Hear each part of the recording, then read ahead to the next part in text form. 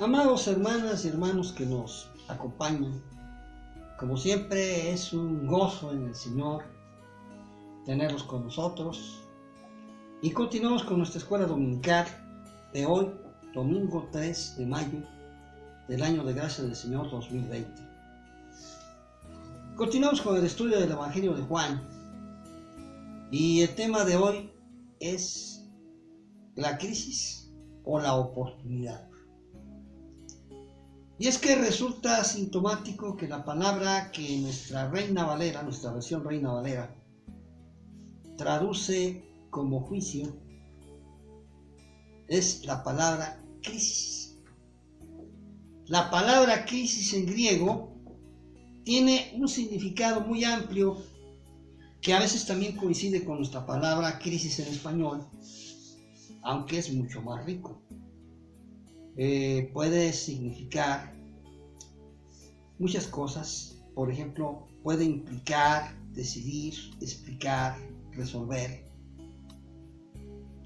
También es crisis, también es la raíz griega para la palabra crítica, porque también tiene el sentido de evaluar. Sin embargo, la manera como la usa Jesús, la manera como el original griego maneja la palabra crisis, nos lleva más bien a entender el sentido de una oportunidad. Porque si bien es cierto que la crisis se puede manifestar en una catástrofe natural, en una catástrofe económica o en una catástrofe militar, en realidad la palabra crisis representará siempre el encuentro con Jesucristo y la oportunidad que éste representa para un cambio de vida. Cuando Jesucristo confronta a Nicodemo con la necesidad de que nazca otra vez, allá en el capítulo 3, versículos del 3 al 5, os es necesario nacer de nuevo. Está planteando Jesucristo lo que es la base del sentido de juzgar. Por eso dice claramente Jesús: yo no le juzgo. La palabra que he hablado ella le juzgará en el día postrero. Es decir, es la palabra de Jesucristo la que nos confronta para evaluarnos y darnos la oportunidad para reinventarnos. Encontrarse con Jesús es juicio en el sentido de que es otra oportunidad para cambiar. Desde luego que en la mente humana esto no es tan fácil de digerir, sobre todo por el encariñamiento que el inconverso tiene con su estilo de vida y las inercias sociales que encadenan al ser humano para seguir el mismo ritmo que todo el rebaño. De tal manera que la singularidad que implica decidirse por Jesucristo es algo que al ser humano le causa temor. De ahí viene el juicio sobre los incrédulos. Aunque los judíos son los protagonistas de esta controversia, la controversia con Jesús, en realidad ellos solamente encarnan una realidad humana, la realidad del que se niega a creer en Cristo. Ese negarse a creer en Cristo que ya habíamos mencionado, que es ser ciego sin darse cuenta que es ciego, que es ser esclavo sin darse cuenta que es esclavo. Creerse libre y creerse que se ve. Y eso encadena al ser humano a estar permanentemente separado de Dios. El fariseísmo que Jesús condena en los judíos no es otra cosa que la fijación del ser humano en lo que ya cree, en lo que ya conoce. Sobre todo, esa fijación que representa la pereza espiritual de negarse a un cambio. la pereza espiritual de negarse a abrirse a la luz, que es Jesucristo, a la verdad, que es Jesucristo, a la nueva vida que Jesucristo ofrece con el nuevo nacimiento. Por eso chocó completamente en la mentalidad judía de la época de Jesús y en la mentalidad humana de todos los tiempos las palabras de Juan 1:14. Y aquel verbo fue hecho carne y habitó entre nosotros. Y vimos su gloria, gloria como del unigénito del Padre, lleno de gracia y de verdad. Porque el ser humano quisiera ver lo extraordinario de Dios en algo también extraordinario.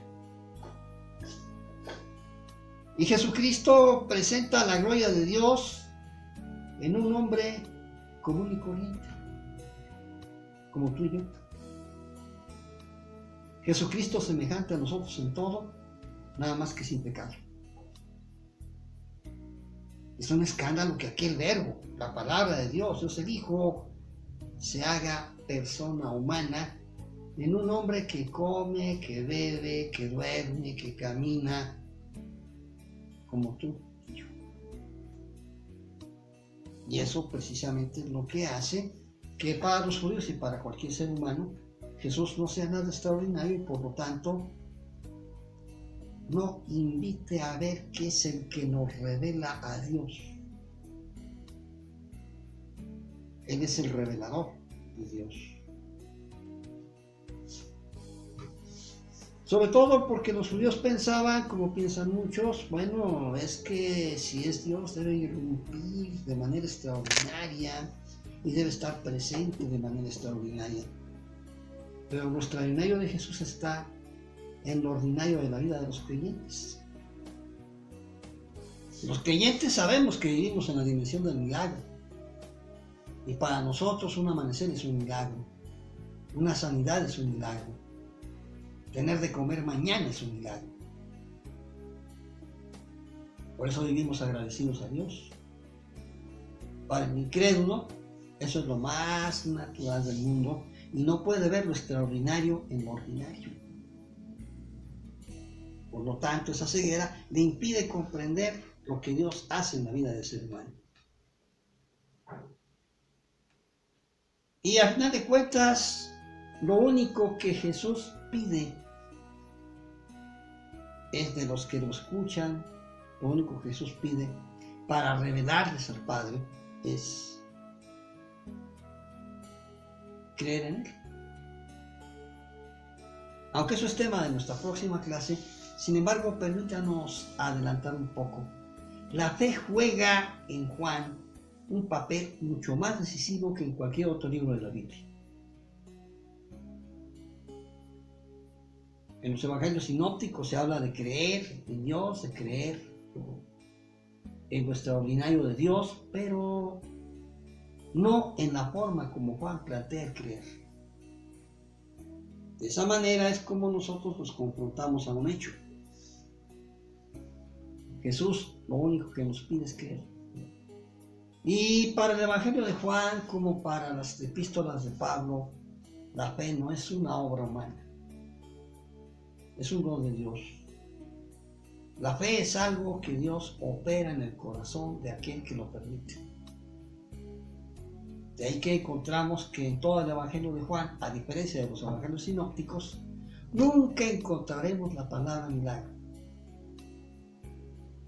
Encontramos que Jesús sana, por ejemplo, al paralítico del estanque de Betesda. Encontramos que Jesús sana al hijo del funcionario del rey. Encontramos que Jesús multiplica los panes y los peces, y todavía lo más extraordinario en el capítulo 11, que resucita a Lázaro. Pero nunca encontraremos que el autor de Juan llame a esos eventos milagro. Los llama señales. Los llama señales porque son signos de la presencia de Dios en la vida ordinaria del creyente.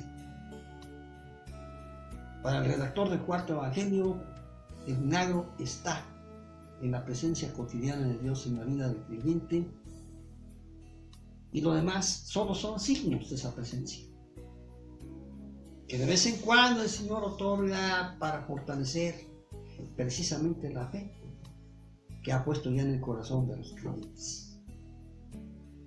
Y es importante todo eso porque es lo único que realmente Jesús demanda de aquellos que ponen sus ojos en Él. Lo único que Jesús demanda de sus discípulos, del grupo que se aglutina en torno a Él para buscar, para vivir la vida eterna. Nótese que en los evangelios sinópticos es consuetudinaria la mención del reino de los cielos o del reino de Dios. En Juan no encontramos esa expresión. Para Juan más bien es la vida eterna.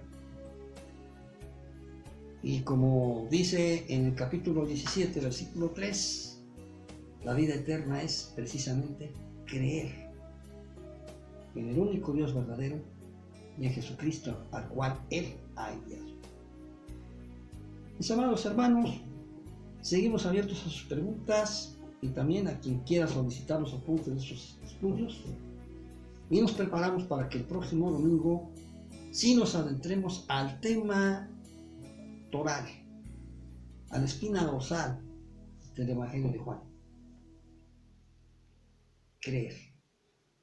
¿Qué es creer? ¿Qué es la fe? Ahora, Padre Celestial, te agradecemos la palabra que tú nos das.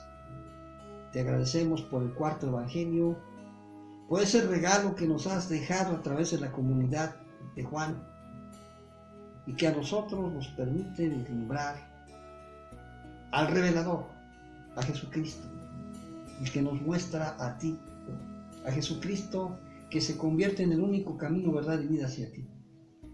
Padre, que su lectura nos edifique y fortalezca en esta fe. Te lo rogamos por el propio nuestro Señor Jesucristo y en tu Espíritu Santo. Amén. El Señor les bendiga, hermanos. Hasta la próxima.